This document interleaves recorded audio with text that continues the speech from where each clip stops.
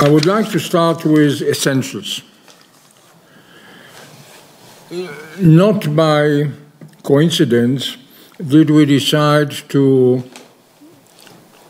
call the conference Challenges to Liberal Democracy, because the challenges are to an order which has, since certainly 1945, received a wide consensus, certainly in the West, and beyond the West it became something of a symbol to be emulated, adopted, adapted, and perhaps even changed. And let me go back to essentials. The difference between classical democracy and modern liberal democracy has to do not only with values, but also with institutions. Modern liberal democracy, as we have learned to know it, is not only based on the legitimacy of the demos, but also on the instrumentality of mediating institutions, which mediate the will of the people to political decisions. Direct democracy, and I'm saying something which I know all of us know, but it has to be reminded from time to time. Direct democracy in Athens or Rome or other ancient polis was based on a very simple, let us call it, majoritarian decision-making process.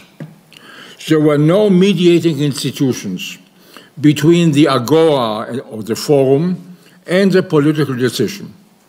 By a simple vote, war could be declared, laws were promulgated, people could be exiled or, as in the case of Socrates and others, executed.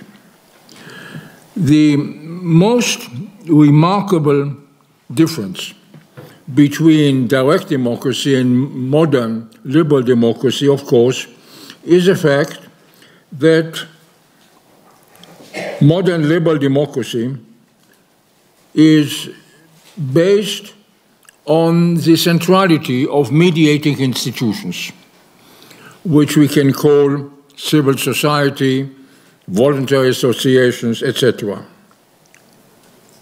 And one of the reasons that those institutions are so important is, and it has to be, we have to be reminded again of something which is obvious, that liberal thinking in the 19th century was very suspicious of universal suffrage, of democracy, because it believed that democracy, universal suffrage, and it was, well, not universal suffrage, but let's call it manhood suffrage, but it was also called universal suffrage, was considered to be a dangerous possibility because it may lead either to anarchy or to dictatorship.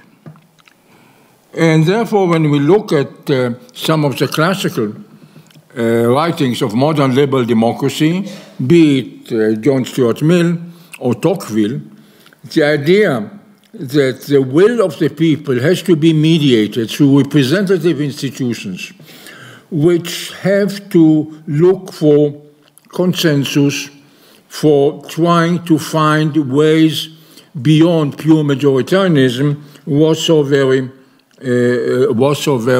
central. One of the paradoxes that today is being sometimes forgotten is that universal suffrage in Europe, in the United States it was more complicated, that universal suffrage in Europe was not introduced, nor was it initially supported by what we would call liberal thought. Universal suffrage, or the widening of the suffrage in Great Britain, was basically supported by conservatives, not by liberals. Universal suffrage in Germany was introduced by Bismarck in 1870-71 with the unification of Germany against the opposition of the liberal opposition to his own rule. And of course, Napoleon III, or Louis Napoleon, through plebiscite and referendum, was able to base his very unusual form of government on universal suffrage. The post-1945 consensus that we call liberal democracy, which is now under attack, has been based on not only values, but also political and social institutions. It was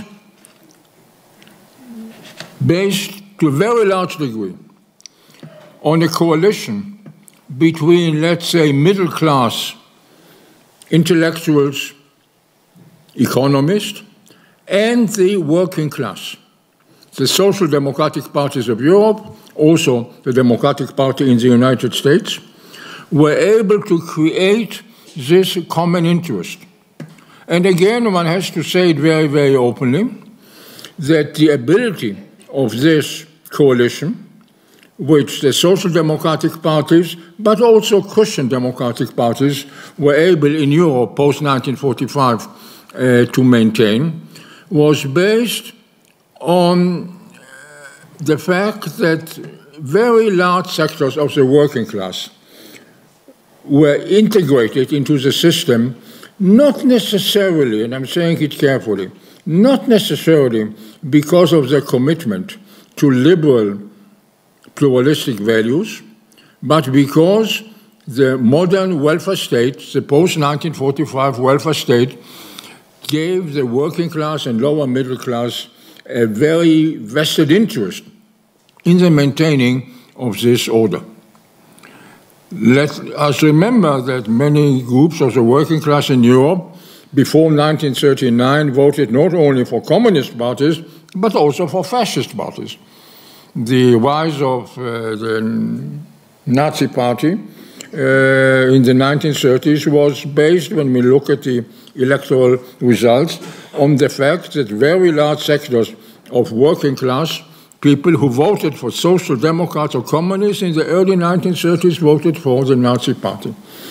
And the idea to ensure that this very important social group will be wedded to values and institutions of liberal democracy was mediated through the welfare state, which gave for the first time to very large sectors of the working class an interest in a liberal democratic order, which was not initially what many working class parties really wanted. The other issue that I want to raise and point out is the weakness of one of the three pillars of the ideology, if one may call it, of the Holy Trinity of the French Revolution. And again, I'm speaking in a very abstract way, but I think we can relate it very clearly to social and political realities. The ideas of liberty, equality, and fraternity. One of the paradoxes of this Trinity is that the liberal democratic order was relatively successful in anchoring both the ideas of liberty, the values of the ideas of liberty and equality in institutions, in legal institutions, in political institutions, and in the social practice of modern liberal democracy. The idea of fraternity remained in a way an orphan. Fraternity sounds a little bit romantic. It has to do with family values. Let's call it solidarity. Solidarity is much more difficult to institutionalize in political and social institutions. And until this very day, we can find one of the pillars of liberal democracy, which is wedded to liberty and equality, very careful not to bring in issues of social justice. The Israeli Supreme Court, for example, which did has a very important contribution to anchoring Israel liberal democracy, always shied away from social rights.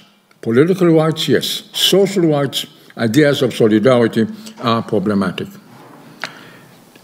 And when you look at what has been happening in the last 30 years that led to the present dilemmas in Western liberal democracy, this has to do with the fact that because of the weakness of the ability to institutionalize fraternity or solidarity, some of the political developments have created a crisis in the coalition of, let's say, liberal intellectuals and working class people. The reforms or the changes introduced into the political and economic system, especially in Great Britain and the United States, under Margaret Thatcher and Ronald Reagan, created for the first time a new kind of alienation of certain groups within the working class and lower middle class from their political affiliation with centrist, center-left parties. And it created a crisis in the ability of the parties that were the anchors of the post-1945 system to speak to those who were hit by some of the developments of globalization, and which to many groups in society were a great boom, but left certain groups injured and excluded. It is these groups that then looked for other alternatives.